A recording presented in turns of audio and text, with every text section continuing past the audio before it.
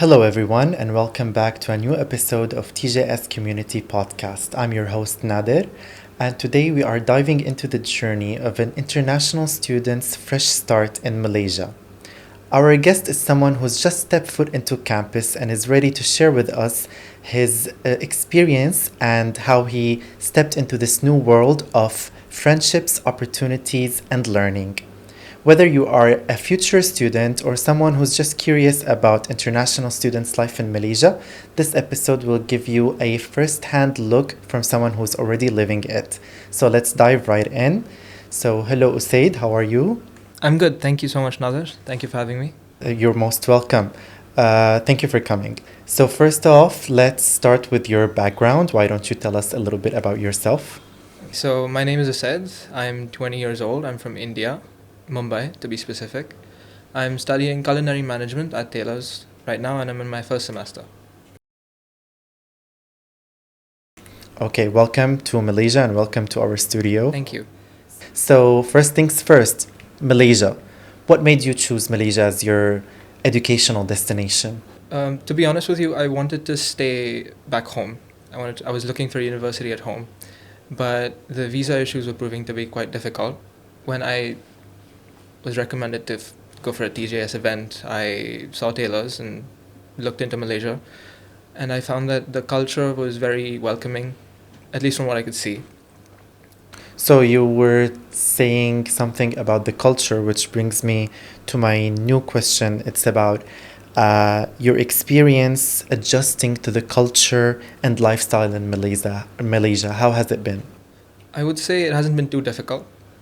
Because I've lived most of my life in India, the culture is quite similar. There's not much of a gap. But I would say that the people here are very friendly, very helpful, very open to new experiences, and I appreciate that a lot. So there are some things that, are new for me, but overall it has been quite a pleasant experience. Okay, so new things can be interpreted in many ways, as some people might interpret it negatively or positively, which brings us to our next question. As an international student, have you faced challenges since you've moved here? And if you did, how did you overcome them? I would say there's not many challenges as of now. I would say one of them is the banking system. So I obviously I'm not able to open my bank account until I get my passport back from the university. But until then, I'm reliant on e-wallets and such, which I cannot use everywhere until I'm verified. Apart from technical stuff like that, mostly the difficulties would be traveling due to the lack of infrastructure. Just the transport, the traffic, the infamous Malaysian traffic. I would say that is the most challenging aspect as of now. Okay, but would you say that like the challenges you're facing, the technical ones, some would say that e-wallets are a good alternative to having the challenges that you're facing with the banking system and stuff. So would you say that that's enough? I obviously will get my passport back soon enough. Until then, I guess it is a... So basically it's not an issue, you're just waiting, it's a time thing. That's the only issue I could think of because you asked me. Okay, so there are no issues so far, which is... So far, yes. Okay, technical. We're not going to count them as issues so far. Moving on. A little comparison of the academic environment back home in Malaysia. How would you compare it and how would you rate the difference? In terms of university or? Yes. So back home I was working at a hotel where I was interacting with a lot of interns from different universities in India. And from their experiences, I would say that the culinary aspect of Indian universities is incomparable to the one that I've found here. Okay.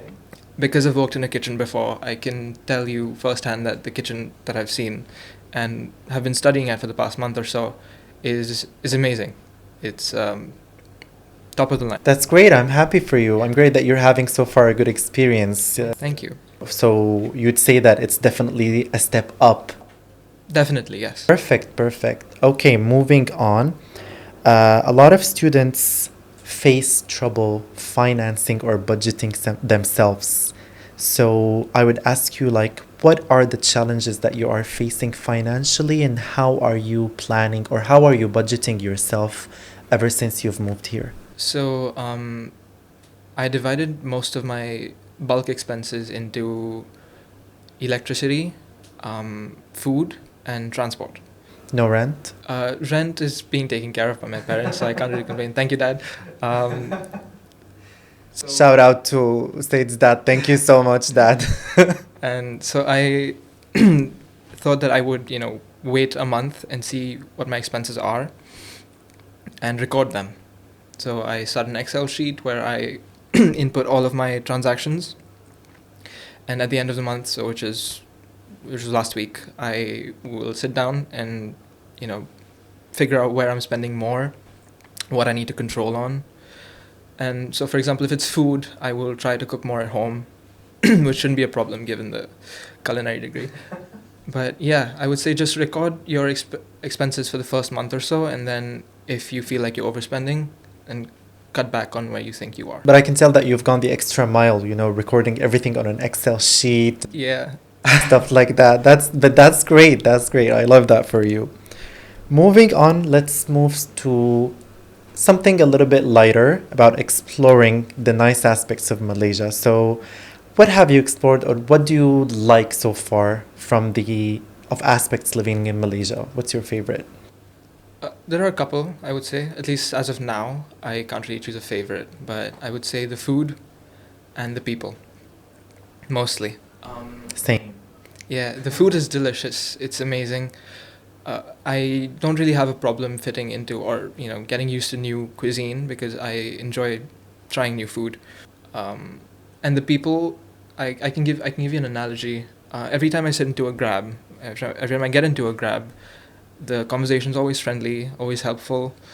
So one time I was going to Decathlon to purchase some sports equipment, and I didn't know that particular Decathlon was closed. Okay. So the Grab driver, he stopped midway and he asked me, do you want to go to Decathlon over there or do you want to go around there for something else? I said Decathlon. He said, it's closed. I was like, oh, what am I going to do now? Is he going to kick me out, or do I have to book another one? I have to wait another 20 minutes for that. It's in the middle of the road. But he said he'll take me there for the same price. And I was surprised because back home I would not be able to get this sort of treatment. So yeah, people are known to be very friendly in Malaysia, and that's another thing that we have a lot of people asking us about, the language barrier. So would you say that you have faced any barriers communicating with others? No, I would not say that. I think everyone knows enough English to be able to hold a conversation and get you where you need to be.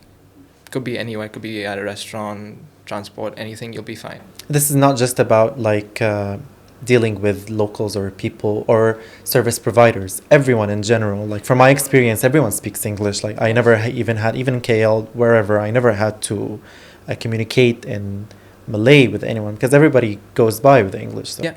As of now, I haven't really faced any problems with language. That's good. That's good. Good to hear. Next question.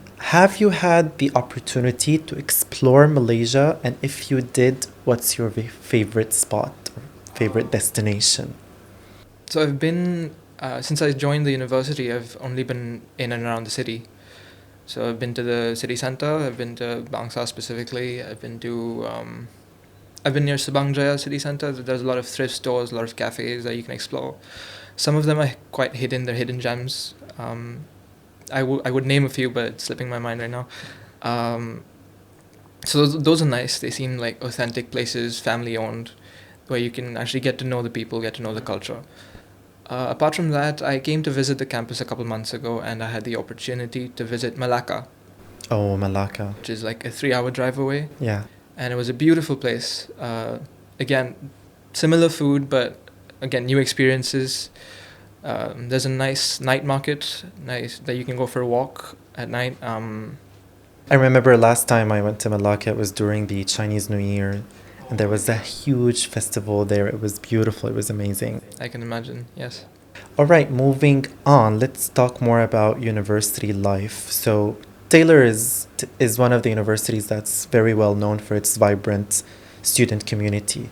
So, have you integrated yourself into this community, or haven't you had the chance yet? I would say I'm getting there. I'm quite an introverted person myself, so it can be difficult to form friendships very quickly. But I would say my batchmates are very friendly. Most of them are extroverted, as far as I could tell, so that's a plus. But yeah, the university itself provides many outlets for you to be able to integrate yourself into the system, like the clubs. There are a lot of clubs. I myself have joined the badminton and the music club. The badminton and music club. Wow, that's interesting. Sports and music. Yeah. Okay. And as of today, I would also be representing my course, Culinary, as part of the student committee. Okay. So, lovely. In terms of that, I would say I've integrated pretty well. Yeah. According to my own pretty standards. much. These are 3 clubs so far. So, yeah, you're not as introverted as you think you are. I try. But that's really good. I'm happy for you. That's very good. Next question. Okay. This is an interesting one regarding your future plans. What are your plans after completing your degree in Malaysia? What are you planning to do? So the final goal, the end goal, is to own my own restaurant. Wow. I want to provide more than just food. I want to provide an experience. I want to connect with people. I'm specifically referencing that one scene from Ratatouille where he remembers his childhood. It's stuck with me when I watched it. That's what I wanted to recreate. I love the movie. Yeah. And I just remembered this scene myself when he gets that first bite of the ratatouille. Yeah. That's exactly what I want to recreate. Okay. But before that, I feel like in the culinary field, it is important for you to be experienced or to gain experience. And the only way to do that, from my knowledge as of now, is to work under people who are better than you. So I want to work at restaurants and high-end restaurants before I can own my own place. Okay, so that's the end goal. Yeah. Talking about, let's say, short-term goals once you graduate 3 years from now. Your program is 3 years long. 3 right? years, yes. Okay, what would be your next step? If I can stay and work here, I would appreciate that because the city seems very sustainable. It is. So that would be the short-term goal. You wouldn't think of pursuing more higher education, a master's degree, or... I'm a very hands-on person. Okay. I like to get my hands dirty. In a good way. Yes, of course. If the opportunity presents itself, I wouldn't mind going for higher education, maybe in gastronomy or food science or something like that. That sort of subject interests me a lot. But if I'm not able to, then staying here and living here is not a bad alternative. You know, it's really good to know that you're one of the students who are after something that they love, because we get a lot of inquiries about students who just don't know what they want to do in their life, and we have to go through the process of, asking them, like, you have to follow something you're passionate about. It's not just about who makes more or what's the best or what's in nowadays, So knowing that you're following that, I'm really happy for you. That's great. That's really...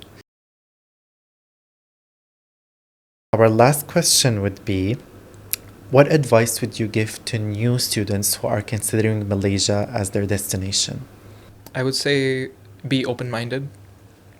It is not, especially students from the West, I would say, they are very afraid of the Asian Pacific region, given the culture, the difference in culture and everything. But you'd be surprised to find out how welcoming this country actually is, how easy it is for you to settle in and navigate and find everything that you possibly need at an arm's distance.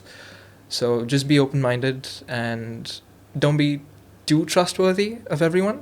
Just know that you can rely on someone and you will be okay. And we'll always be there for you, as TJS. All right, thank you so much. That was all. Thank you so much for your time.